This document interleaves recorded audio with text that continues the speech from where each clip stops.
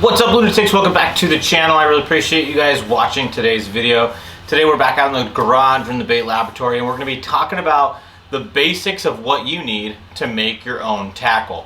I'm going to focus on the lead-based baits right now, like your jigs, your spinner baits, your buzz baits, stuff like that. So we're going to talk about the minimum stuff that you need in order to get started making your own tackle. So I started off with making lead-based baits first. I started off with jigs and making drop shot sinkers, and I did that years and years ago. And then once I got back into the tackle making hobby, I started off again with the lead-based baits. And then I went into the soft plastic stuff. So we're gonna kind of follow that same model in these couple videos that we're gonna do. We're gonna start off the lead stuff now, and then we're gonna go to the plastic stuff later. So one of the first things that you guys are definitely gonna need when it comes to making your own lead-based baits and tackle is the lead itself. Now you can buy some of that lead through do-it molds. You can find some stuff on eBay sometimes. You can find it on Craigslist sometimes. But if you want the cleanest, purest lead, you're gonna wanna probably go through a manufacturer like do-it molds. It's purchasing that lead to then sell to you guys. That's probably gonna be your most clean lead, because when you're pouring these baits, all the molds say to use soft lead. Now there's hard lead and there's soft lead, and I don't know exactly what the differences are. And a lot of times when you buy that lead from somebody off Craigslist or just randomly get given the lead, sometimes it can be soft, sometimes it can be hard, sometimes it's a mixture. I have never bought lead except for one time. I did buy some stuff off Craigslist, and I've been pretty satisfied with the quality of my baits, the quality of my products. So it works for me, but some people want to make sure they have the softest stuff out there. So in that case, I would definitely go with the manufacturer's lead that produces the mold, because most likely you're going to end up getting exactly what you need to make those baits.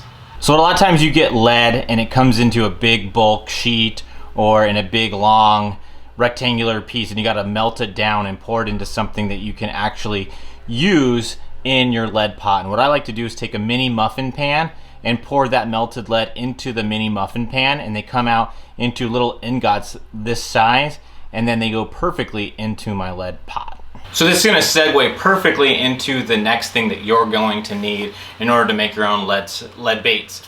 And that's going to be something to melt that lead down that's going to allow you to pour it into your mold. For some people, that's just a ladle. They'll heat up their lead in like a big pot and then just scoop that lead out with a ladle and pour it into their mold. Other people like me are going to use a lead production pot, which allows you to put lead in the top of the pot and melts it down, and then there's a bottom pour spout. You lift up the lever and that lead comes out. Other people are going to use what's called a hot pot too, which is kind of a ladle and a lead pot in one. Basically there's a heating element on the bottom of that utensil, and it melts that lead down, and then you can pick it up by the handle and then pour the lead into the mold, into each individual cavities directly from that hot pot. And I've had both. I've had the hot pot and I've had the Lee production pot. My preference is the Lee production pot, but if you're just making stuff solely for yourself and you're not trying to make massive quantities, that hot pot too might work really, really well for you. So what I use is the Lee production pot. Basically you can add the lead to the top of that pot, it melts down, there's a heating element inside of the pot at the top, and it melts all that lead down. You can lift the lever that you see, and that allows the lead to come out of the pot and into your mold. I've had the best success with it. I don't make a lot of mess with it. Occasionally the spout does drip out lead, so that's why you see that nail in the bottom. It keeps everything nice and plugged up. I don't have dripping issues or anything like that, but dripping is a common issue with these lead production pots. So if you get one and you have that issue, you can try putting a nail into that spout. One, it keeps that spout nice and clear, but it also will help you to not have as bad of a dripping problem that these pots are known for. So one question I get asked all the time when it comes to making your own tackle is it cheaper to make your own baits, to make your own tackle? And I think the short answer is yes, it can be cheaper to make your own tackle and to make your own baits. However, you have to factor in what components you're putting into that bait. If you're using the best hooks with the best blades on a spinnerbait, with the best wire, with the best skirt material, with the best everything, your cost is probably going to be more, or at least the same as a bait that you can buy in a store. But the bait that you're buying in a store that's cheaper than the one that you're making with the best of the best everything probably isn't going to have the best of the best everything. But what I look at when I'm making my own tackle is I can make a very good quality product. For example, when I'm making my own Ned rigs, I have owner hooks in them. When I'm making my spinner baits, I have owner hooks in them. When I'm making some of my shaky heads, I have Gamakatsu hooks in them. Those are great brands, great quality hooks. And I don't know exactly what you get when you buy something off the shelf, but you know when you're making the tackle, you know exactly what's going into those baits, what's going into that tackle. So you know that the components you're putting into that product is going to be quality, and you're not sacrificing on anything unless you want to. So now we've gotten to the mold, and the mold is maybe the most important, if not one of the most important parts of this entire tackle making process. The mold is what's going to give your lead the shape of the item that you're trying to make. Maybe you're trying to make a swim jig with a specific type of head. Maybe you're looking for a spinnerbait and you want the ultra minnow head that I make on my spinnerbaits, or maybe you want a bullet shaped head like they make in other spinnerbaits. Maybe you want a specific style head for your buzzbait. Those are the things that you need to look into when it comes to what mold you're picking when you're gonna make your baits. And in a second, we're gonna go in and check out some of the molds that I have and some of the ones that I use the most and talk about why I like those molds. But that's the thing that you wanna look into. You wanna pick a mold, especially in your first one, because if you're watching this video, this is probably your intro into tackle making. Find a bait and find a product that you use a lot, and then find the mold that is the most similar to that bait. Because one, you have confidence that you can catch fish with that bait, and then you're going to be able to make it and replicate something that you've already been buying in the store, so that way you have confidence in it and you're going to fish it and have confidence that you're going to be able to catch fish on it. Because once you start catching fish on baits that you make yourself, you're going to be able to branch out and start making things that you maybe don't fish as much. Because that's what happened to me with spinnerbaits, is I didn't fish spinnerbaits very much, but I got a mold, I made my own spinnerbaits, and I started catching fish, and now I throw a spinnerbait way more than I have in the past, and I catch way more fish on spinnerbaits than I did in the past. And it's probably because I know what components are on there, I know why I built it the certain way that I built it, and it produces fish. So when I pick up a spinnerbait out of the box of tackle that I made myself, I know this thing is going to catch fish because it's been proven, and I know that I'm making it exactly the same every single time, and I know that it's going to produce. So I got 6 different molds right here. I got the egg sinker mold, a ball head finesse jig mold, a spinnerbait mold, shaky head mold, a darter head type mold, it's called the diner shiner, and then a football jig mold. The reason why I chose a egg sinker mold is because I use egg sinkers all the time to throw Carolina rigs, so I want to be able to make them myself. Ball head jigs are super versatile. You can throw swim baits on them, you can throw creature baits on them, you can throw a lot of different things on them, so I wanted to have that. This spinnerbait mold is what really got me started in making a lot of my own tackle on a regular basis, because I caught so many fish right after I got this mold. It's one of my favorites. The next mold I got right here is the shaky head mold. This is one of my newer ones. Caught a ton of fish on these shaky heads already. I put Gamakatsu hooks on there and they're really sharp. This diner shiner is a great darter head type mold, really realistic head style. I like to be able to put my own color eyes in there. I can put silver eyes, I can put gold eyes, it doesn't really matter. And then we also have the football jig mold. This one's really cool because it has a flat side on it and that jig stands up, unlike a lot of other jigs on the market. Now those 6 molds aren't all the molds that I have. I have 4 different sizes of drop shots. I have other molds that I've collected over time. I have other football jig molds. But I think that the main thing that you want to focus on is when you're getting into the tackle making craft, the tackle making hobby, because that's really what I look at this tackle making thing as, is a hobby, as a craft, is find stuff that you're going to use a lot of. One of the first few molds that I ever got was a drop shot mold. One of the other ones was a football jig. You lose a ton of drop shot weights and you lose a ton of jigs.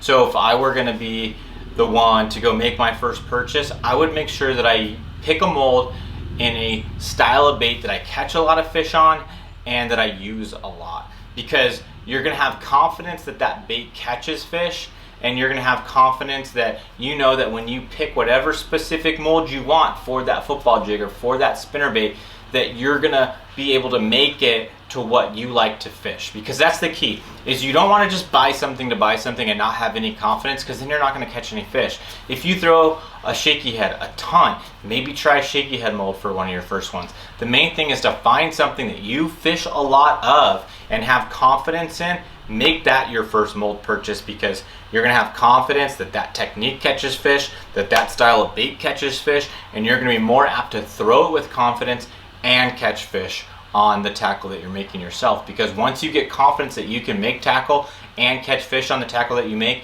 then you're going to be more apt to go out and buy a mold for something that maybe you don't fish as much, maybe you don't know as much about, but then you can do the research, learn about why that technique catches fish, buy the components that make that bait catch fish, and then put it all together, and you're going to be able to go out there and catch fish yourself, and you're going to know why that bait caught more fish. So I'm sure if you're watching this video, you're wondering, well, how do I know what hooks to buy? How do I know what swivels I need to buy for the drop shot sinkers? How do I get that hole in the middle of the egg sinker if that's the one that I want to buy? Do It Molds has you covered. If you go to Do It Molds and you check out their website and you look at the different molds that they have for sale, it's going to tell you every single thing that you need in order to make that bait with that mold. It's going to tell you what size hook to buy. It's going to tell you what other components you need to buy. It's going to tell you what tool goes into that mold in order to make the hole in the middle of the egg sinker so the line goes through it. It's going to tell you everything that you need to know. So go to Do It Molds, find a bait, find a piece of tackle that you have confidence in, something maybe like a shaky head, maybe something like a jig, maybe a spinnerbait if you fish those a lot. Go to Do It Molds, find a mold that you like, find a mold in a piece of tackle that you throw a lot, that you have confidence in, start with that and then start branching out.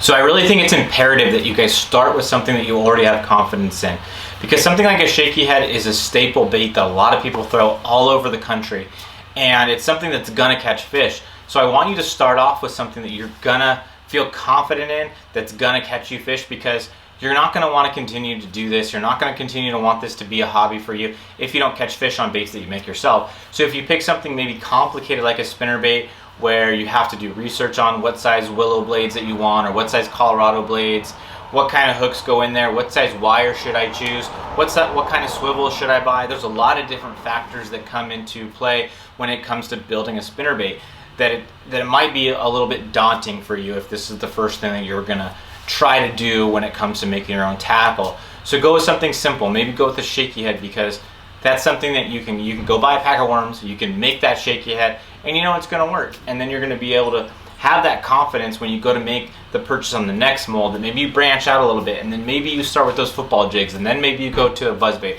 maybe then you go to a spinnerbait. But start off with something that you have confidence in, that you're going to be excited to go and fish, and something that you're going to be able to gain confidence that you can catch fish on tackle that you make yourself, because you can do it. If I can do it, you can do it. So something else that's really cool about being able to have the confidence that you can make tackle yourself is something as simple as this.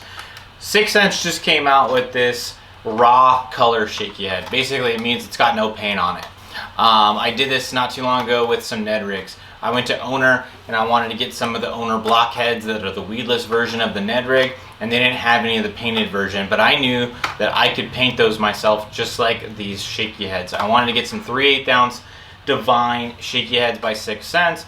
They didn't have any in 3/8 in the right color that I wanted at the time. So I decided I'm gonna buy these ones that are unpainted, that are the raw version, and paint them myself. I know that I have the capability to be able to paint a head on a shaky head. I make my own shaky head sometimes.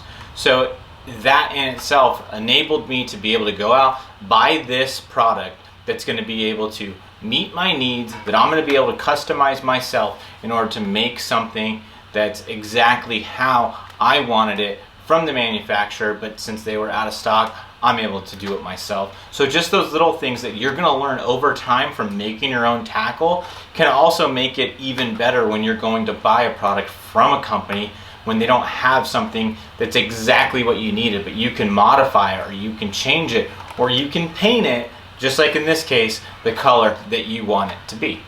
Now, I hope you guys enjoyed watching today. I hope you enjoyed learning about the stuff that I have here in the garage that enables me to make my own tackle. Hopefully it's encouraged you to go out and be confident enough to go buy some of this stuff yourself in order to make your own tackle. A lot of links are going to be in the description of today's video, so go check that stuff out, because if you want to get any of this stuff, all the links are going to be fully explained in the description of this video, so you can just click on it. It's going to take you to Do It Mold, and you're going to be able to buy exactly what I'm talking about in today's video. So again, if you're new to the channel, please subscribe. If you have any questions as a result of this video, make sure to ask them down in the comment section below. If you liked it, give the video a thumbs up. And again, thank you guys for watching.